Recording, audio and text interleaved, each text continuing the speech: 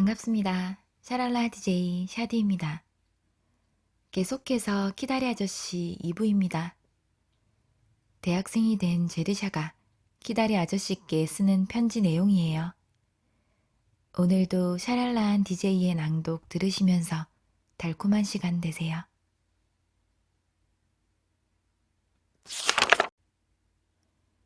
(10월 10일) 키다리 아저씨께. 아저씨는 미켈란젤로를 아세요? 미켈란젤로는 중세 이탈리아의 유명한 예술가랍니다. 영문학을 공부하는 학생들은 모두 그에 대해 알고 있죠. 저는 미켈란젤로가 대천사냐고 물어보았다가 아이들에게 놀림감이 되었어요. 대학 생활을 하면서 가장 어려운 것은 다른 아이들은 다 알고 있지만 고아원에서 자란 저 같은 아이는 한 번도 배운 적이 없는 것까지 모조리 공부해야 한다는 것이죠. 가끔씩 무슨 말인지 몰라서 어리둥절할 때가 있거든요. 하지만 이제는 제가 모르는 이야기를 할 때에는 잠자코 있다가 나중에 사전을 찾아보곤 해요. 첫날에는 바보 같은 실수를 했지 뭐예요. 누군가가 마테르 링크에 대해 이야기했는데 저는 그 사람이 1학년이라고 물었지 뭐예요. 순식간에 그 일이 전교에 퍼져서 이젠 저를 모르는 사람이 없을 정도예요. 그래도 저는 우리 반 학생들 중에서 무엇보다도 잘할 수 있을 거라고 절 믿고 있답니다. 키다리 아저씨, 제가 방을 어떻게 장식했는지 궁금하지 않으세요? 제 방은 노란색과 거기에 어울리는 갈색이 많아요. 벽은 어두운 노란색이어서 거기에 맞춰 노란색 커튼과 쿠션을 마련했답니다. 그리고 마호가니로 만든 3달러짜리 중고품 의자와 등나무 의자, 잉크 얼룩이 있는 갈색 카펫을 사서 방에 깔았어요. 카펫의 얼룩은 의자를 놓아 보이지 않게 감추었고요. 이 카펫과 쿠션, 커튼은 모두 셀리 맥브라이드가 4학년들이 하는 경매에서 골라주었는데 셀리는 평범한 가정에서 생활해서인지 방을 어떻게 꾸며야 하는지 잘 알고 있어요. 지금까지 저는 기껏해야 2, 3센트 정도밖에 가져보지 못했거든요. 그런데 오늘 저는 이 물건들을 사느라 5달러를 지불하고 잔돈을 받았어요. 이런 쇼핑이 얼마나 즐거운 일인지 아저씨는 상상도 못할 거예요. 다 아저씨 덕분이에요. 용돈을 받게 되어서 몹시 기뻐요. 정말 감사합니다. 셀리는 무척 재미있는 아이예요. 하지만 줄리아 레트리지 펜틀던은 정말 마음에 안 들어요. 셀리는 무엇이든지 재미있어 해요. 어느 정도냐 하면 낙제받아도 좋아하거든요. 하지만 셀리와 반대로 줄리아는 무엇이든 재미없어 해요. 다른 사람들과 친해지기도 싫어하죠. 펜들턴 집안의 사람들은 살아있는 동안 아무런 노력을 하지 않고도 쉽게 천국에 갈 수 있다고 생각하나 봐요. 아무래도 줄리아와 저는 마치 태어날 때부터 적이었던 것 같아요. 이제 아저씨가 기다리고 기다리시던 공부에 대해서 이야기해 드릴게요. 1. 라틴어 2. 프랑스어 3. 기하학 4. 영어 5. 생리학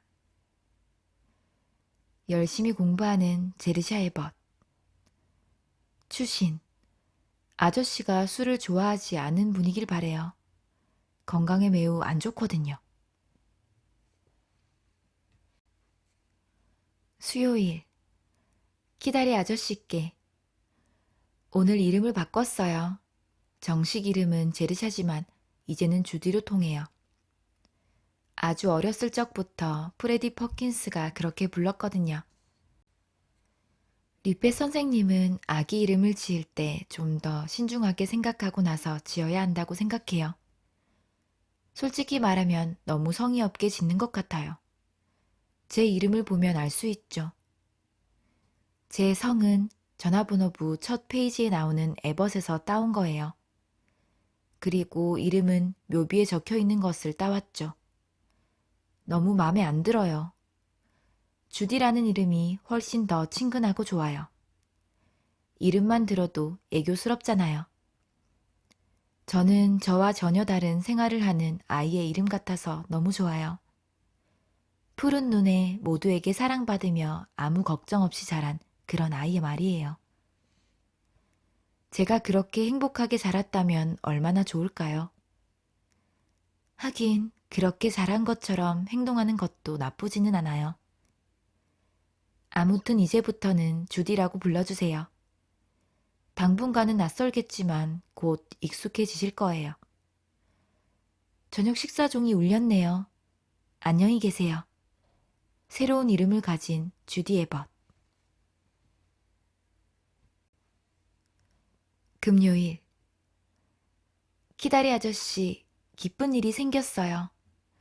영어 선생님이 제가 쓴 글을 보시고 남다른 독창성이 있다고 칭찬해 주셨거든요. 정말이에요. 18년 동안 고아원 교육을 받고 자란 제게 그런 능력이 있을 거라고는 생각하지 못했어요. 아저씨도 아시겠지만 존 그리어 고아원에서는 97명의 고아를 모두 쌍둥이처럼 만들어 버린다니까요.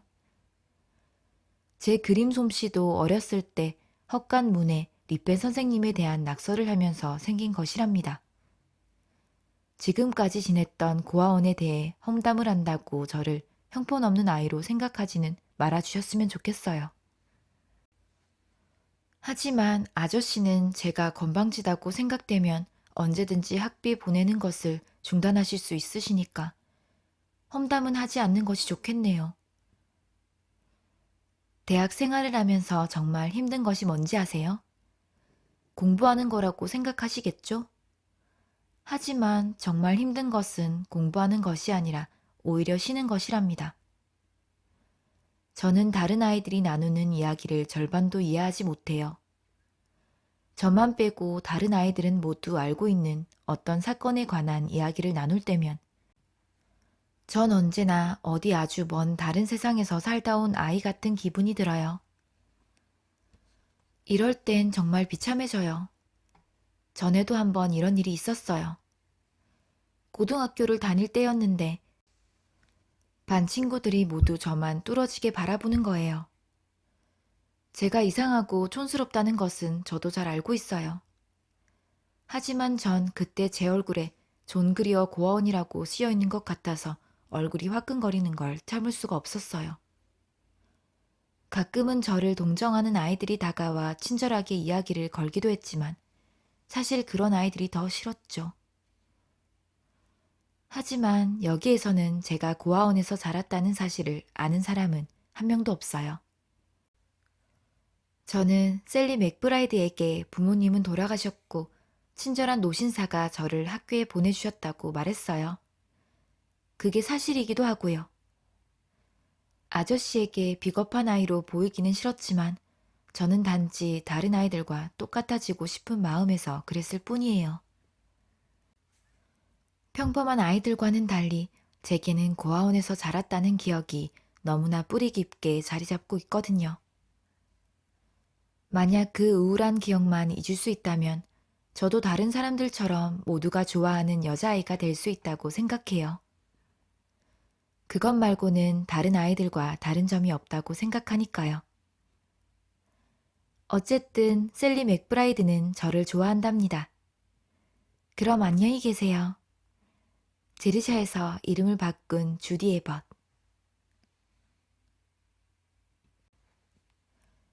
추신, 토요일 아침. 지금 편지를 다시 읽어보았더니 너무 우울하네요. 하지만 월요일까지 제출해야 할 숙제도 있고 기하학 공부도 해야 되고 게다가 감기까지 걸려서 이번만은 고치지 못하고 그냥 보내야 할 것 같아요. 다음에는 꼭 밝은 내용을 써서 보낼게요.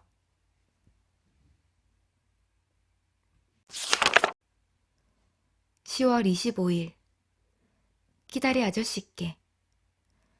전에 말씀드렸던 농구부에 들어가게 되었어요. 훈장처럼 왼쪽 어깨에 생긴 멍을 보여드리고 싶어요. 푸른색과 갈색을 띤 이 멍에는 주황색 줄무늬도 있답니다. 줄리아 펜들턴은 농구부에 들어가지 못했어요. 만세. 이런 일로 이렇게 좋아하다니 제가 한심해 보이시죠? 대학은 지내면 지낼수록 멋져요. 친구들도 선생님도 수업도 교정도 식사도 모두 마음에 들어요. 일주일에 2번은 아이스크림이 나온답니다.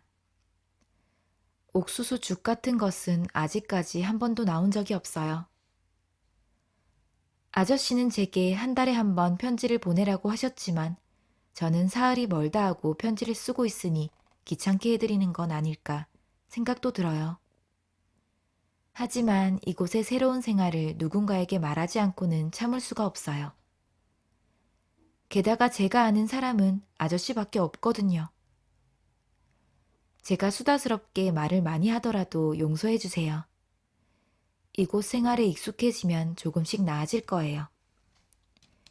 그래도 제 편지가 실증이 나신다면 쓰레기통에 던져버리세요.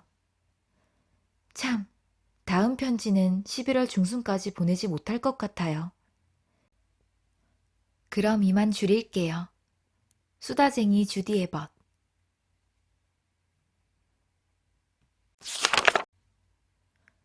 11월 15일. 키다리 아저씨께. 제 옷에 대해 아저씨께 한 번도 말씀드린 적이 없지요? 전부 6벌이에요. 모두 새 것이고 아름다워요. 물론 저만 입어요. 언제나 남이 입었던 혼옷만 물려받았던 고아에게 자신만의 새 옷이 생겼다는 것이 얼마나 기쁘고 신나는 일인지 아저씨는 상상도 못하실 거예요. 모두 아저씨가 주신 돈으로 산 거예요. 정말 감사합니다. 철없다고 말씀하실지도 모르겠지만 대학에 다닐 수 있게 된 것보다도 6벌이나 되는 드레스를 가질 수 있다는 게 전 더 기쁘답니다. 드레스는 모두 프리처드 부인께서 골라주셨어요. 옷을 골라주는 분이 리페 선생님이 아니어서 얼마나 다행인지 몰라요. 옅은 분홍색 비단으로 만든 이브닝 드레스를 입은 제 모습이 궁금하지 않으세요? 차 마시러 갈 때 입을 동양적인 빨간 드레스, 교회 갈 때 입는 드레스, 그 밖에 장밋빛 드레스와 외출용 회색 정장과 학교에 있을 때 입을 평상복도 있답니다. 줄리아 레트리즈 펜들턴에게는 이런 옷들이 아무것도 아닐지 모르겠지만 제게는 그 무엇보다도 소중해요. 옷 이야기나 한다고 저를 한심하다고 생각하시겠죠? 아니면 여자아이를 교육시키는 것은 역시 아무 소용도 없는 일이라고 생각하시나요? 하지만 아저씨도 태어나서 줄곧 바둑 무늬의 똑같은 무명 옷만 입고 계셨다면 제 기분을 이해하실 거예요. 게다가 고등학교 때는 그것보다 더 심했거든요. 마을에 잘 사는 사람들이 고아원으로 보내온 옷을 입고 학교에 가는 날은 정말 끔찍할 정도로 싫었어요. 그런 날은 꼭 그 옷의 주인 옆에 앉혀졌거든요. 그럴 때면 모두들 제 옷을 가리키며 깔깔대고 웃었죠. 앞으로 죽을 때까지 비단 옷만 입고 산다 해도 그때 받은 마음의 상처는 잊을 수가 없을 거예요.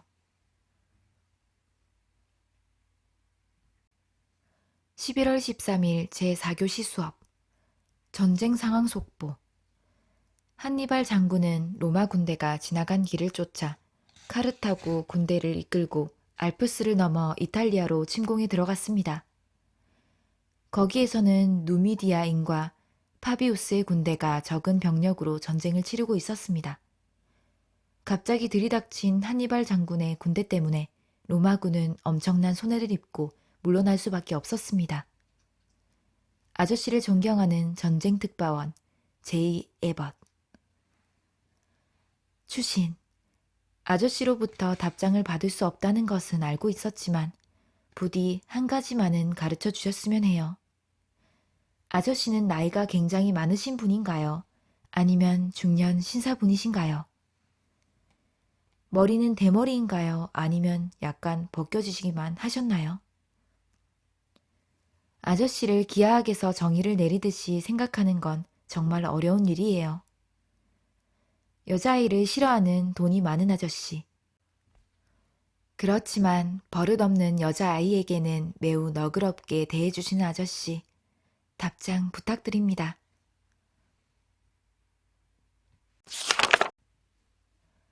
12월 19일.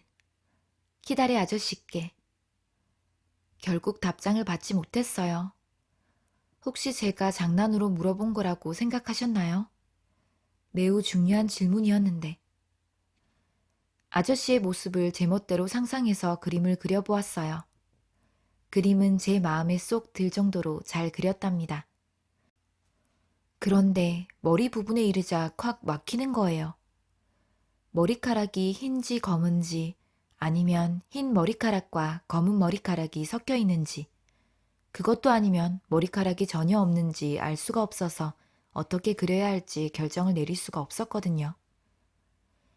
이것이 아저씨의 초상화인데 머리카락을 어떻게 그려 넣을까요? 혹시 대머리는 아니신가요?